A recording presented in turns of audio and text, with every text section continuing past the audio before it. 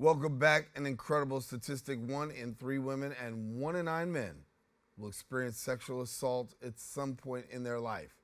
Although it's a highly prevalent societal issue, survivors of sexual assault often fail to have access towards crucial support systems.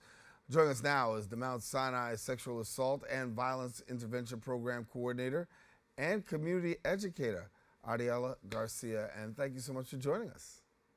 Thank you so much for having me today. I appreciate it. Thank you. The conversation about sexual assault is truly one that needs to be had, because when we look at the amount of victims that are out there, that is a high percentage of people.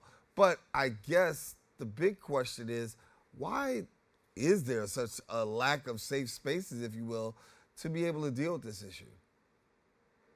Yeah, absolutely. And thank you for pointing out, such a prevalence in this issue. So oftentimes we recognize, right, that it's a taboo topic, right? Many people don't want to talk about it.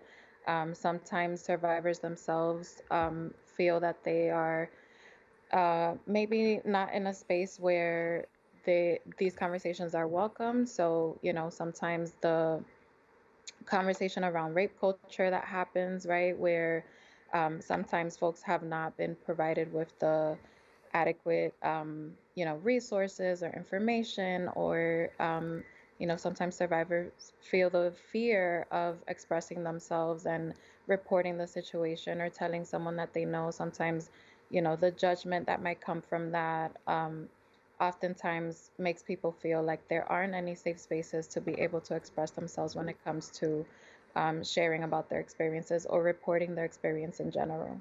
Yeah. In the public eye, we hear the word sexual assault more now than ever before, but a lot of misconception as to what exactly sexual assault is. So I do want to ask you, Ariela, to take a moment and just let us know the definition of sexual assault as we know it. Yeah, so sexual assault is typically defined as any act of violence. So that means either physical or verbal, in which sex is used as a weapon. So essentially, at its most basic level, sexual assault refers to any form of non-consensual sexual activity. So this encompasses all unwanted sexual acts, from intimidation to touching to penetration. And so sexual act is an act of aggression designed to humiliate, intimidate, control, oftentimes instill fear, right? And so sexual violence is an umbrella term encompassing a variety of behaviors along with sexual assault. Yeah.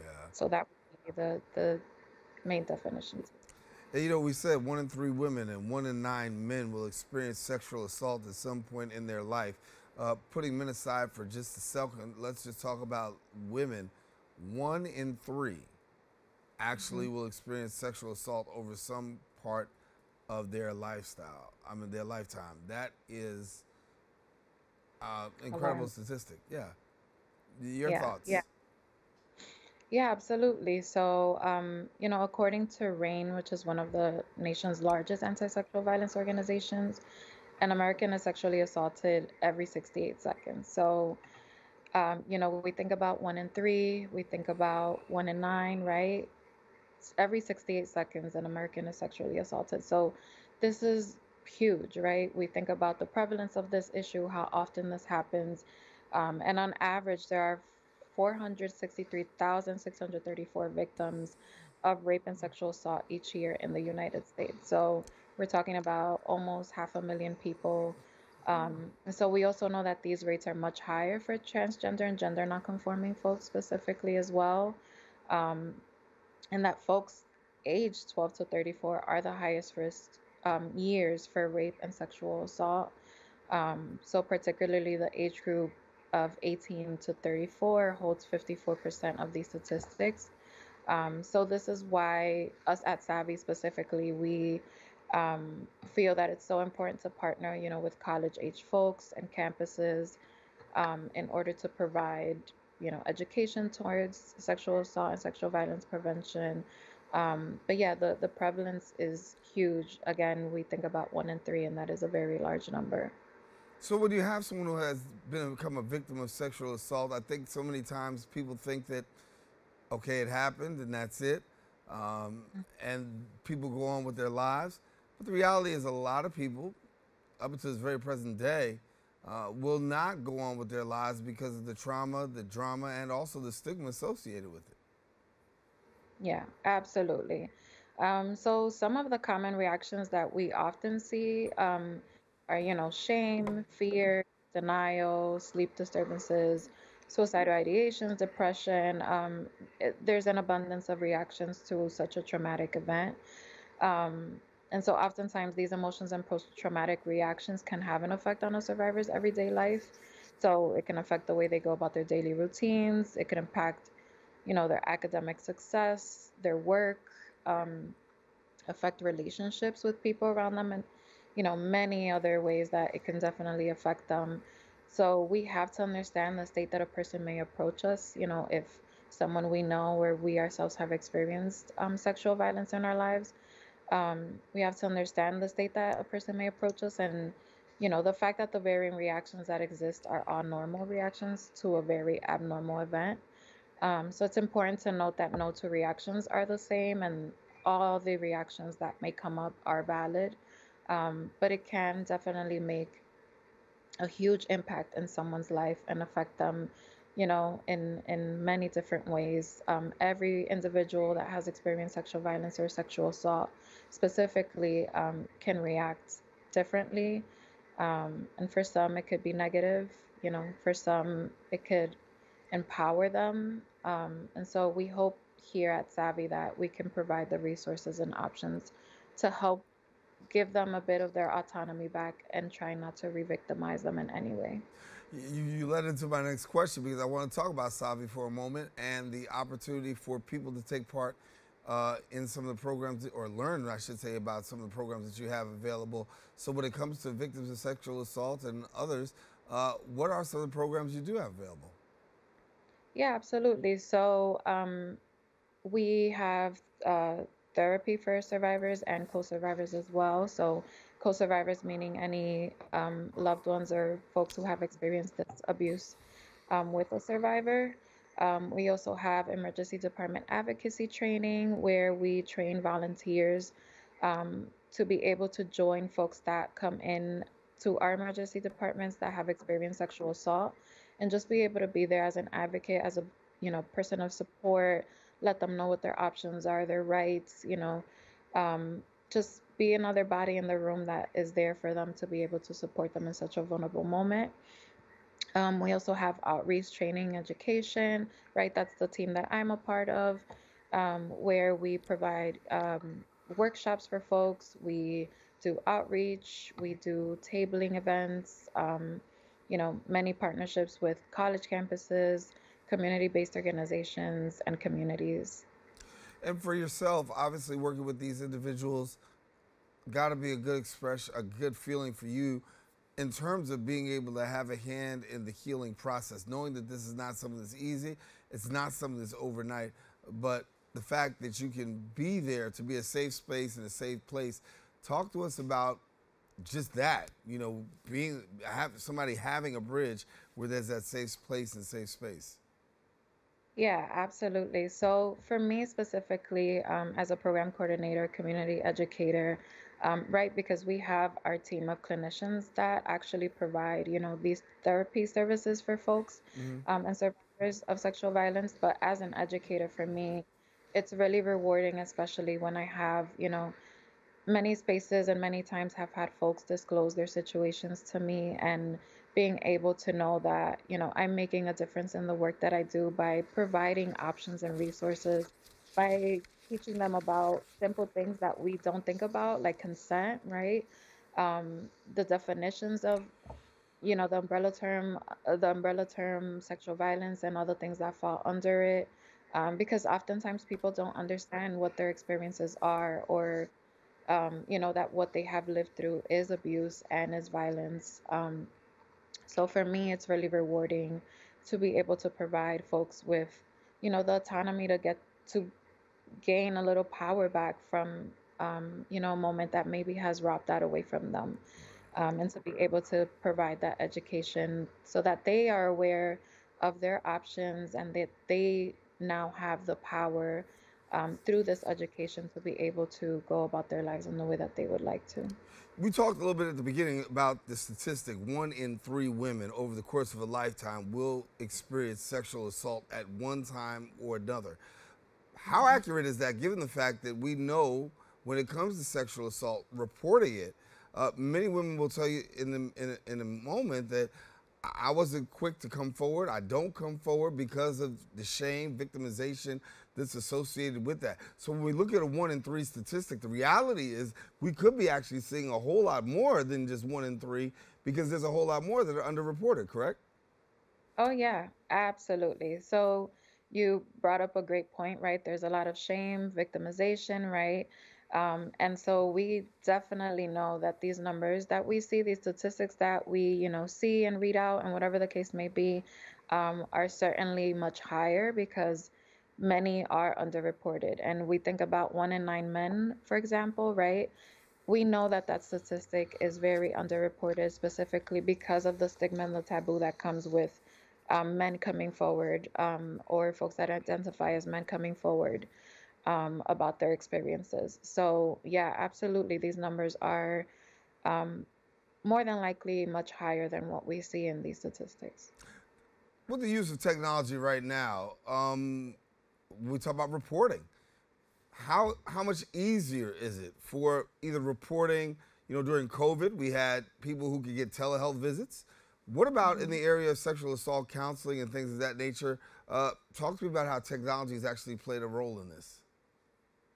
Yeah, so for us specifically at SAVI, technology has played a huge role in terms of, being able to provide services for folks at a faster pace usually because we are able to, see them virtually now, versus prior to COVID, right? Most of us were seeing folks in person.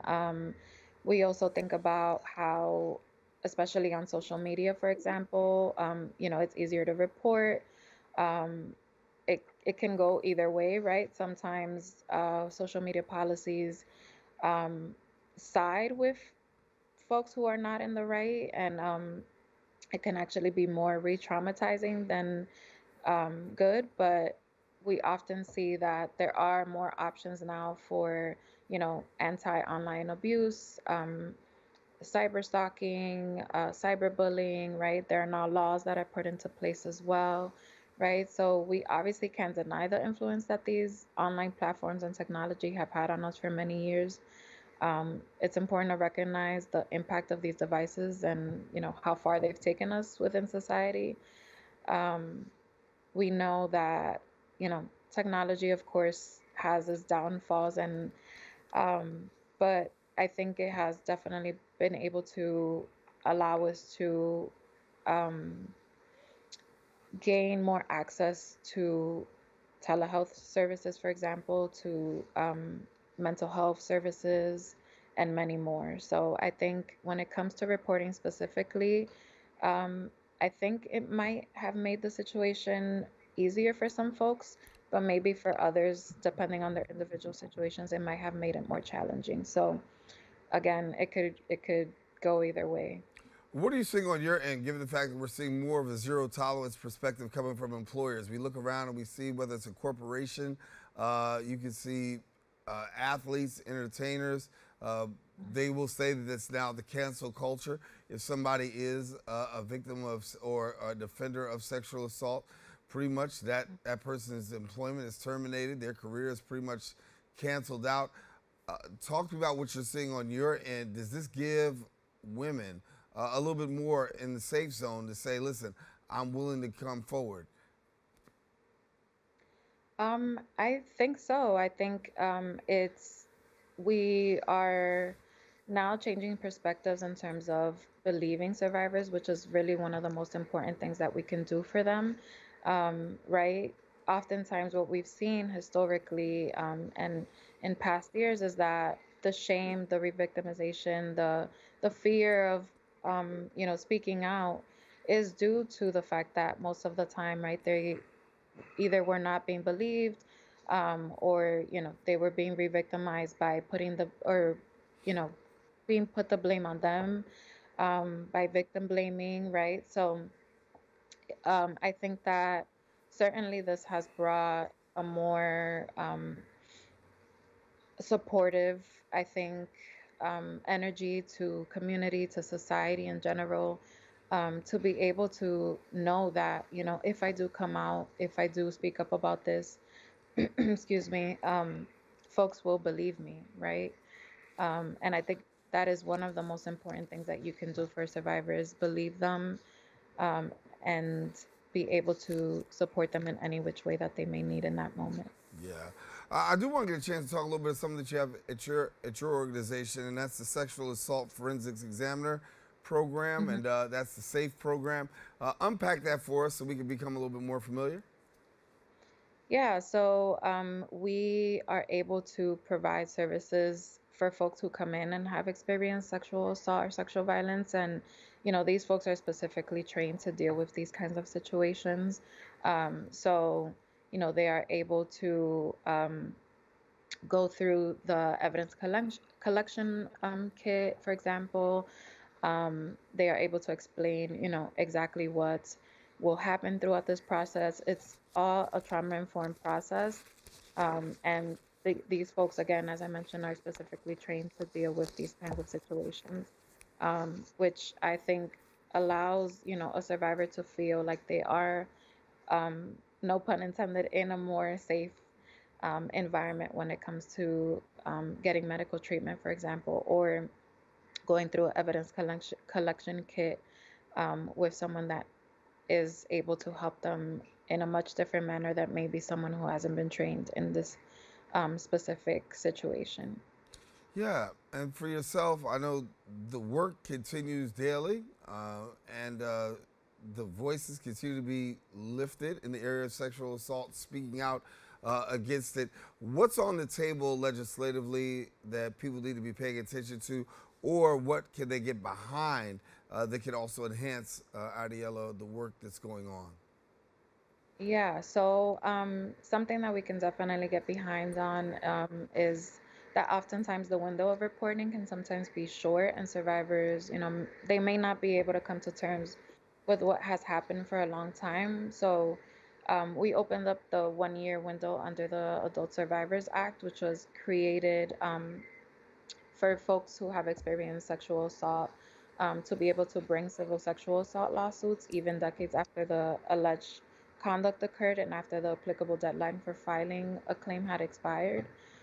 So it would be great to continue to push for these kinds of things, right? To be able to provide people with, the time that they may need to be able to, report if they would like.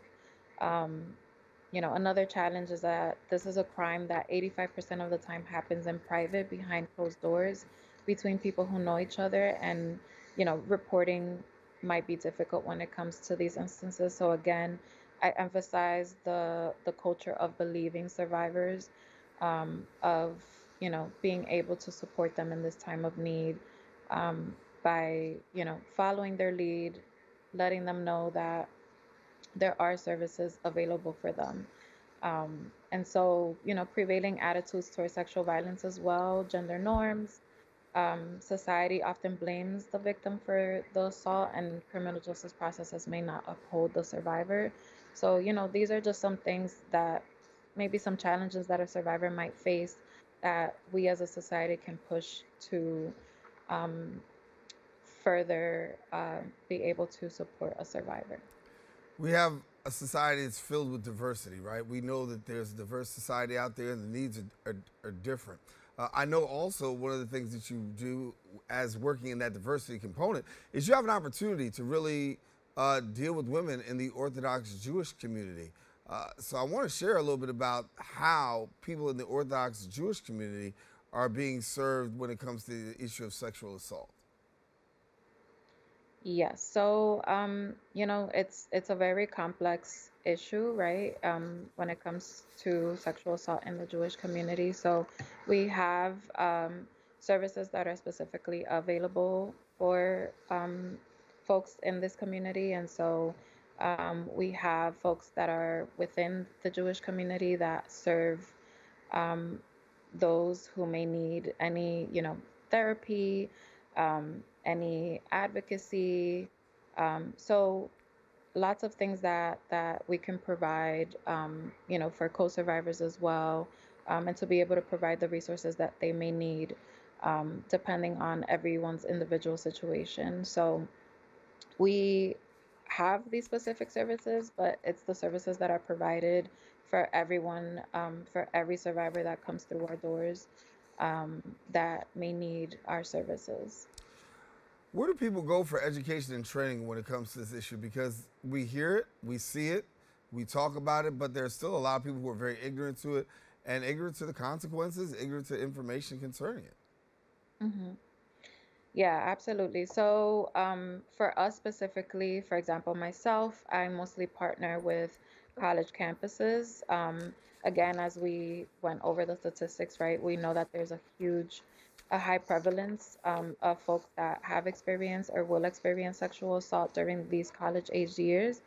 So it's really important for us to be able to partner with college campuses and kind of get in where we can prior to the age, as to where this is most prevalent, to be able to provide that education to, hopefully prevent, sexual assault and sexual violence by being able to have the conversations surrounding consent, surrounding, what these things are, and how to identify them. So, oftentimes, for example, I can provide workshops and campuses, for any community based organizations, again, through community fairs and things like that. So, SAVI specifically, if you look into our site, you can request workshops, to be held. But aside from us, right, there's, other community-based organizations such as Kingsbridge Community, um, Kingsbridge Heights, sorry, Community Center, right? We have, CVTC, which is the Crime Victims Treatment Center. We have Womankind. Um, so there are many places, throughout the communities that can provide education for folks. It's often hard to find them. And oftentimes we encourage people to, just do a quick Google search, right? And oftentimes, all of our services will come up. There are many available throughout the city. Um, Unfortunately, you might have to, do some research, but, we are available and we are here prepared to be able to educate folks. Ariel, let me ask you about the receptivity on college campuses. Obviously, we know that that's the site for a lot of incidents of sexual assault. We have young people who are just independent, free, and we know what that looks like and what that sounds like in many different ways. Talk to me about that receptivity when you're on campus, we're presenting, having a conversation with some of these young people. What's it like on the guys' side? Let's talk about guys first. Yeah, well, believe it or not, I mean, we know that we will often see a presence of women or, of folks who identify as women in our presentations. However, we are now starting to see, more guys come up, or folks who identify as men, come to our spaces. I think, you know, you mentioned, the technology and the presence of, online spaces, right? um, as much as they can be negative, they can also be really positive. So we see oftentimes that, um, you know, there's been a culture of consent, that has been promoted throughout TikTok, throughout Instagram. We often see that these influences, create more conversation amongst the couples that we might see, and they might say, hey, to their partners, right? Especially male presenting partners, you know, can we go to this workshop that's being held on campus? So we're seeing a lot of that happen where folks are pulling other, folks in to the conversations that we're having on campus. And it has been really great. We are seeing more sororities, more fraternities, show up to our workshops. So, I think it's signifies the huge shift that we see when it comes to these kinds of conversations, specifically when we talk about Greek culture in the past, right? And, um, how much that has, change to be able to join our conversations when it comes to sexual violence in general and what their options and resources are. Yeah. So if people want to get connected to the work that you're doing, how do they go about getting connected to the resources? Yeah, so you can check out our website. It's Mount Sinai We can check out our Instagram as well. It's Mount Sinai Savvy on Instagram. You can go to our website, which is mountsinai.savvy.com. And yeah, so many ways that you can get in touch with us. Our phone number is 212-241-2430. Um, just feel free to reach out. 2140, sorry. So you can free to reach out at any time, and we hope to get back to you as soon as possible. Yeah. It's been great having this conversation with you because in this extended conversation, sexual assault awareness and then also the resources that are available. You can talk to Ariela and she'll be glad to get you connected right where you need to go. And for somebody who's watching right now saying, listen, I may have a relative or a friend or somebody that I know is a victim and they need some help, but they're not really receiving it or wanting to receive it right now, what's the best advice you give before we go? Yeah, just be patient, right? Oftentimes, I think as people who love other people, right? We're empathetic with other folks. We want oftentimes for them to do what we think is right, but what we need to do is just be able to be there for them, respect their space, respect their time, and just be patient in general. Be patient with, the steps that it might take for them to be able to muster up the courage to report or just be able to tell you in general, right? And so we want to make sure that we provide folks with, the education, the options, the resources, and then give them the opportunity to make their own choices, right? We want to be able to give them the power back that has already been taken away from them. So my main advice is just, listen, believe them, validate them, and be able to be patient with them. All right. Ariela, we got to leave it there, but thank you so much for joining us. Indeed, a good conversation in terms of information and awareness as we talk about the issue of sexual assault. 1 in 3 women assaulted over the course of their lifetime, 1 in 9 men, and trying to do better in the area of these statistics, and then also getting them the much needed help. Ariela, thanks so much for being with us. Thank you so much. Thank you for having me. All righty, we're taking a quick break. We've got more coming up right after this.